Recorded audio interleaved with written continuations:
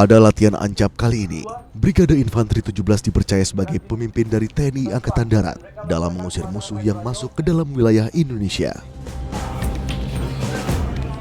Agar setiap kesatuan di bawahnya dapat secara efektif bertugas saat di lapangan, Komandan Brigade Infanteri 17, yakni Kolonel Aderoni, menjelaskan tugas dari masing-masing kesatuan dengan melakukan rapat perintah operasi. Garis tegak 07 sampai dengan 011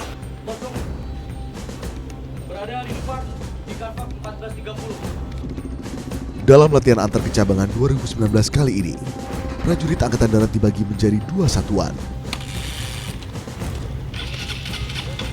Setiap kecabangan yang terjun dalam latihan memiliki peran dan fungsinya masing-masing.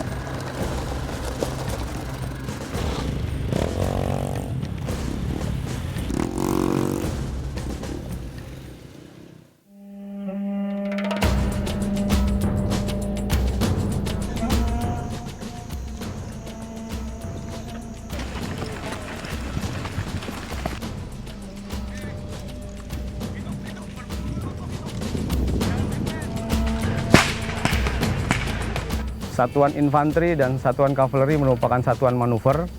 Pada saat pelaksanaan operasi pertahanan, mereka untuk satuan infanteri melaksanakan pergerakan atau melaksanakan bertahan dengan konsep 2 batalion di depan dan 1 batalion sebagai cadangan. Kemudian untuk kavaleri melindungi satuan-satuan manuver depan dalam proses operasi pertahanan. Kemudian untuk satuan artileri Medan itu melaksanakan bantuan-bantuan tembakan dari belakang. Kemudian untuk satuan artileri pertahanan udara, mereka memberikan perlindungan udara terhadap kemungkinan serangan udara musuh.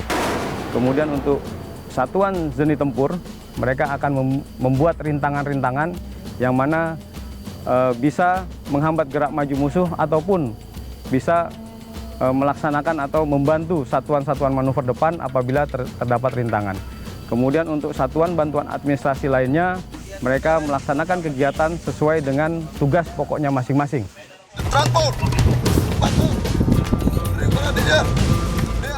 Dalam peperangan, infanteri merupakan salah satu kesatuan yang memiliki peran vital dalam keberhasilan suatu operasi militer. Sehingga dalam latihan Ancap kali ini, tentunya kesiapan prajurit infanteri memiliki pengaruh besar.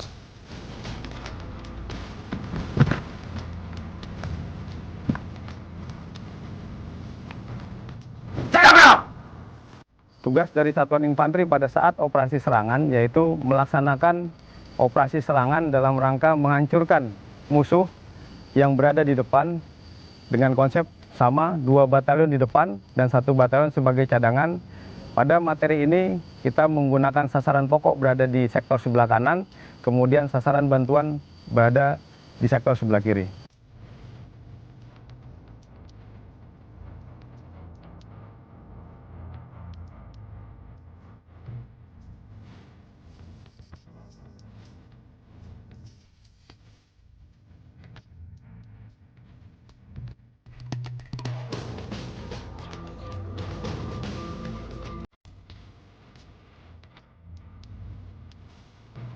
Tugas dari masing-masing batalion, satuan Yonif Para Raider 305 bergerak di sektor kanan sebagai sasaran pokok atau mendapat sebagai sektor pokok. Kemudian Yonif Para Raider 330 berada di sektor kiri sebagai serangan bantuan. Kemudian Yonif Para Raider 323 sebagai cadangan di belakang Yonif Para Raider 305.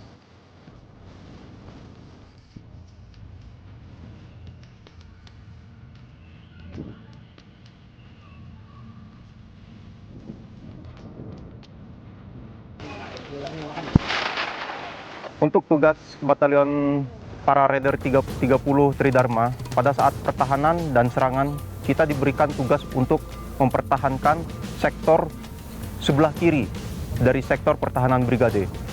Kemudian setelah itu dilanjutkan dengan operasi serangan. Batalion Para Raider 330 memiliki tugas untuk menyerang dari sektor sebelah kiri dari petak serangan brigade. Untuk di latihan antar kecabangan TNI Angkatan Darat ini, khususnya di dalam materi operasi serangan yang akan kita laksanakan saat ini, Dan untuk Batalion Pararaider 305 Tengkorak melaksanakan sebagai pasukan manuver depan, di mana kami dipercaya oleh Brigade atau Satgasrat 17 sebagai manuver petak serangan kanan yang merupakan serangan pokok di dalam serangan yang akan dilaksanakan oleh Brigade Tim Pertempuran Brigif Pararaider 17.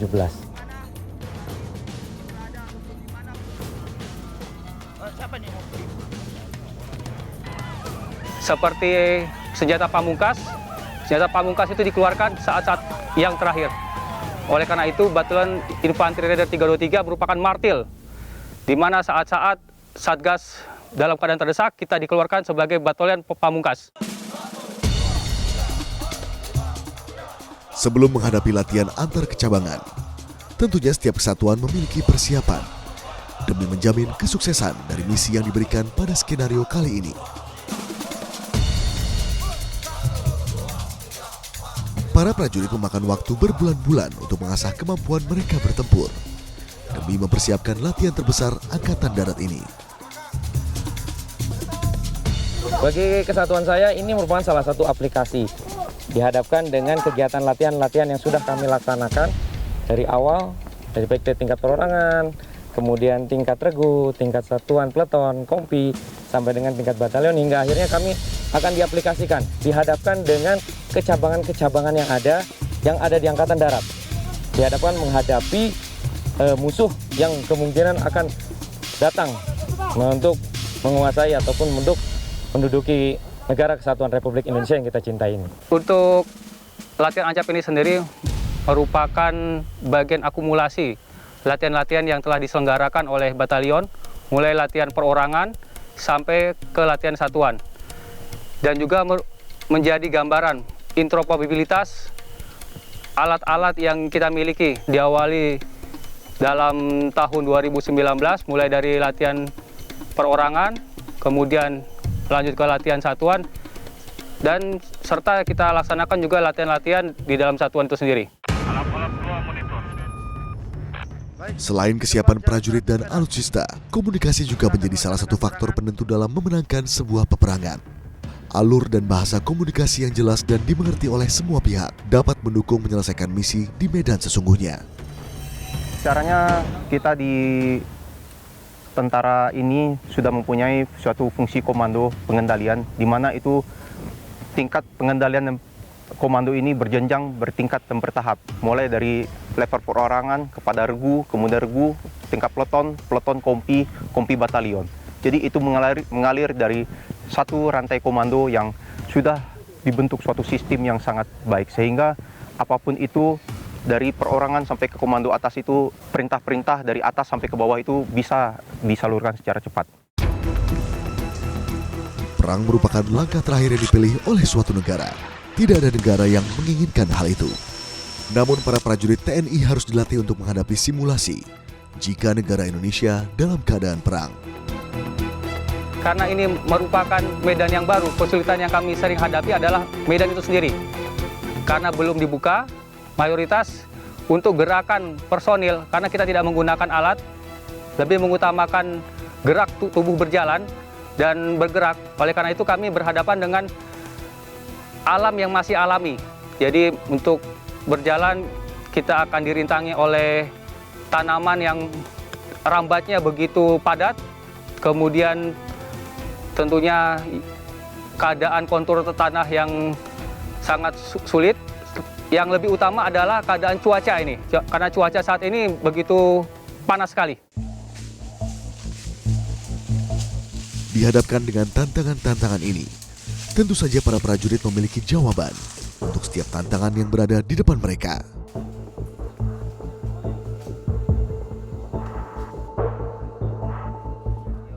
Pada saat di lapangan, jelas yang harus diperhatikan adalah diawali dari mental dari para prajurit, di mana dia harus memiliki niat yang tulus, ikhlas, dan juga berusaha untuk berbuat yang terbaik agar mereka semangat di dalam melaksanakan tugas. Selain itu juga mereka harus profesional, mengetahui apa tugas dan tanggung jawabnya, dan yang paling utama adalah mereka harus tetap memperhatikan faktor keamanan di dalam melaksanakan tugas latihan ini. Sehingga setiap prajurit harus benar-benar tahu dan paham apa tugas dan tanggung jawabnya, sehingga dia bisa melaksanakan tugas itu dengan baik, aman, selamat, dan sukses.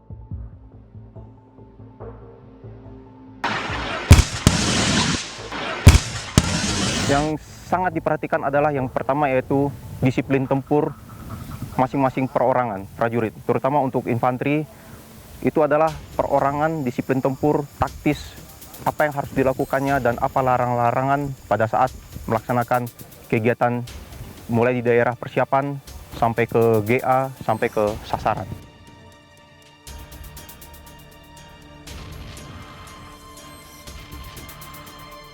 Untuk yang perlu diperhatikan dalam pelaksanaan latihan, yang paling utama adalah faktor keamanan. Dan pelaksanaan latihan itu sendiri tidak akan lepas dari bagaimana kita melaksanakan sesuai dengan mekanisme latihan. Mekanisme latihan itu ada dari perorangan sampai ke tingkat yang lebih tinggi, yaitu antar satuan. Selanjutnya, komunikasi perlu diperhatikan dengan tujuan untuk mensinkronkan, baik itu manuver, gerakan, dan lain sebagainya. Setelah satu rintangan berhasil dihadapi, mereka harus bersiap menghadapi rintangan lainnya agar dapat mengalahkan lawan dan menyelesaikan misi.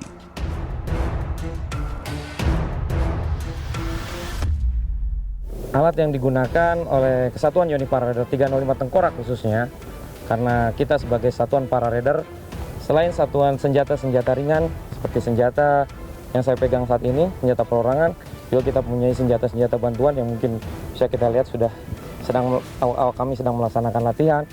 Selanjutnya juga sebagai pararaider, kami juga memiliki kemampuan di bidang mobut, di mana nanti kita akan melihat bagaimana pasukan saya Yoni Pararaider 305 akan melaksanakan operasi pengejaran berupa mobil udara, yaitu turun dari heli, fast troop dengan cara fast trooping, dan dilanjutkan akan melaksanakan pengejaran ke depannya.